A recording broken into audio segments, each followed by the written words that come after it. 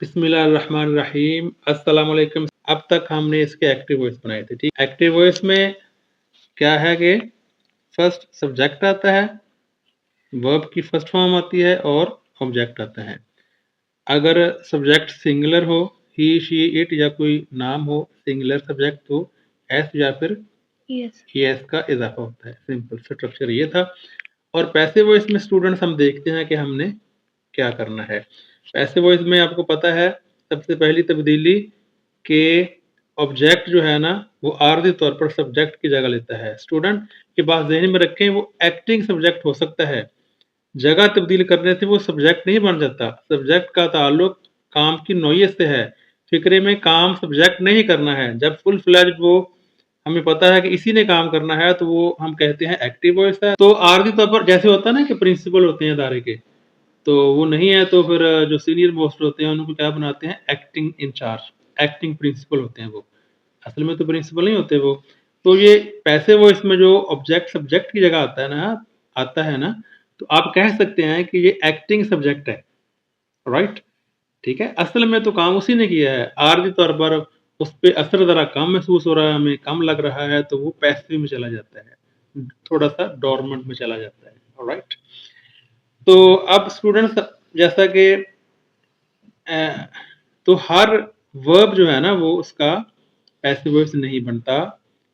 तो इंशाल्लाह ट्रांजिटिव और इंट्रांजिटिव वीडियो बना देते हैं तो फिर आपको ज़्यादा समझ आएगी। अच्छा, ट्रांजिटिव और इंट्रांजिटिव वर्ब की बुनियाद पर बनते हैं एक्टिव या पैसिव।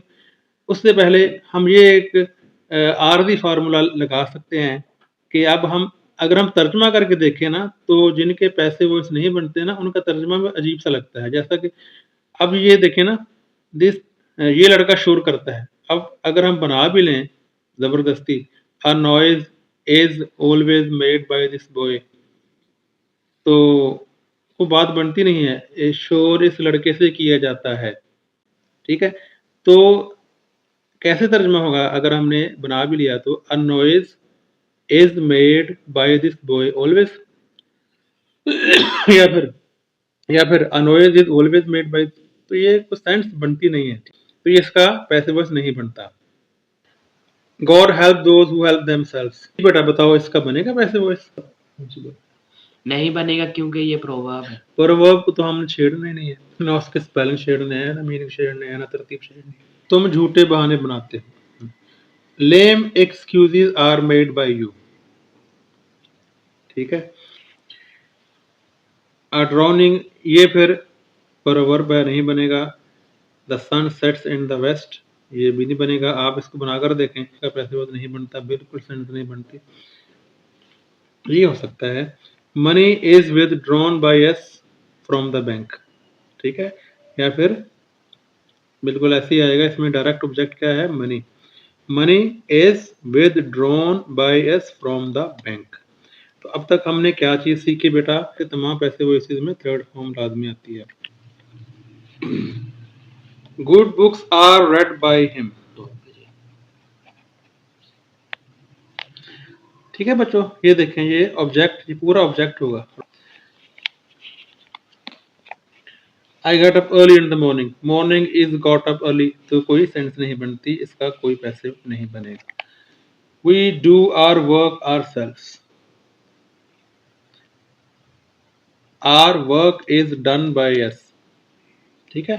तो पैसिव वॉइस में बाद आप कुछ चीज़ों को छोड़ना भी पड़ेगा, तो ये और शब्दों में छोड़ना पड़ेगा, ठीक है ना। We do our work is done by us, ourselves. Cream cleans his teeth daily, cream अपने दांत रोजाना साफ करता है, या हम करेंगे। तो फिर अगर हमने ये रखा तो फिर क्या होगा, his teeth are cleaned by cream daily. अगर हम ये करें, cream keeps his teeth clean, तो फिर होगा his teeth are kept clean by cream. I wear new dresses या फिर क्लॉथ, तो फिर क्या होगा यहाँ सब्जेक्ट, इसमें ऑब्जेक्ट कौन सा है, ड्रेसेस या क्लॉथ, न्यू ड्रेसेस। बेटा साथ और न्यू ड्रेसेस, इसको भी मिलाया करो साथ ना।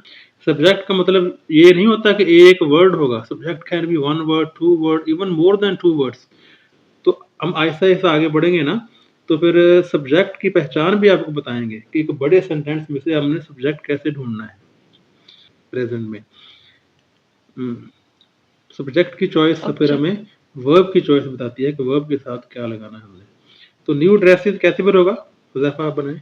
New dresses are are worn by me, जी ठीक है बेटा। New dresses are Worn worn by. by me, we are worn। तो आप कर रहे हैं ना। 10 फ्रॉम द वर्ब डेली किया करें, 5 एडजेक्टिव एटलीस्ट और 5 synonym, 5 antonyms. Najma wash the clothes clean, तो फिर क्या होगा, क्या पहले लिखेंगे हम The clothes.